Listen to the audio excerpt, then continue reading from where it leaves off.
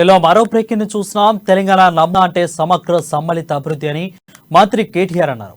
వ్యవసాయం, పారిశ్రామిక రంగం, సేవా రంగం దూసుకుపోతున్నారు కేటీఆర్. తెలంగాణలో సంక్షేమమే తక్క సంక్షోభం లేదన్నారు. కేంద్రం ప్రకటించిన అవార్డులు 30% తెలంగాణకి వచ్చాయన్నారు. ములుగు జిల్లా ఉత్తమ జిల్లా పరిషత్ అని కేంద్రమే ప్రకటించిందని, కాంగ్రెస్ హయాంలో గ్రామాల్లో పెట్టిన ఖర్చు 6,000 కోట్లు మాత్రమేనని చెప్పారు.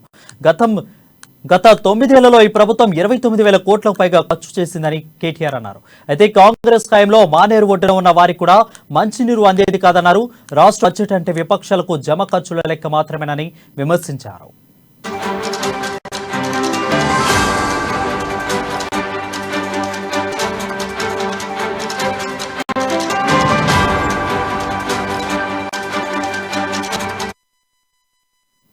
బ్రేకింగ్ చూస్తున్నాం. తెలంగాణ నమూనా అంటే సమగ్ర సమ్మలిత అభివృద్ధి అని మంత్రి కేటీఆర్ అన్నారు. వ్యవసాయం, పారిశ్రామిక రంగం, సేవా రంగం దూసుకుపోతున్నాయని కేటీఆర్ అన్నారు. అయితే తెలంగాణలో సంక్షేమమే తప్ప సంక్షోభం లేదన్నారు. కేంద్రం ప్రకటించిన అవార్డులో 30% తెలంగాణకే వచ్చాయన్నారు. ములుగు జిల్లా ఉత్తమ జిల్లా పరిషత్ కేంద్రమే ప్రకటించిందని, కాంగ్రెస్ హయాంలో గ్రామాల్లో పెట్టిన ఖర్చు 6,000 కోట్లు మాత్రమేనని చెప్పారు. గత 9 ఏళ్లలో ఈ ప్రభుత్వం 29,000 కోట్లకు పైగా ఖర్చు చేసిందని కేటీఆర్ అన్నారు. అయితే కాంగ్రెస్ హయాంలో మానేరు ఒడ్డు ఉన్న వారికి కూడా మంచినీరు అందేది కాదన్నారు. రాష్ట్ర బడ్జెట్ అంటే విపక్షాలకు జమ ఖర్చుల లెక్క మాత్రమేనని విమర్శించారు.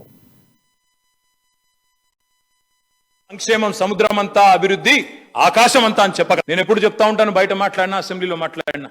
ఇవాళ తెలంగాణ నమూనా అంటే ఏంది అంటే సమగ్ర, సమీకృత, సమ్మిళిత, సమతుల్య మోడల్, సమతుల్య అభివృద్ధి నమూనా Telangana. Holistic, integrated, inclusive, balanced model Telangana.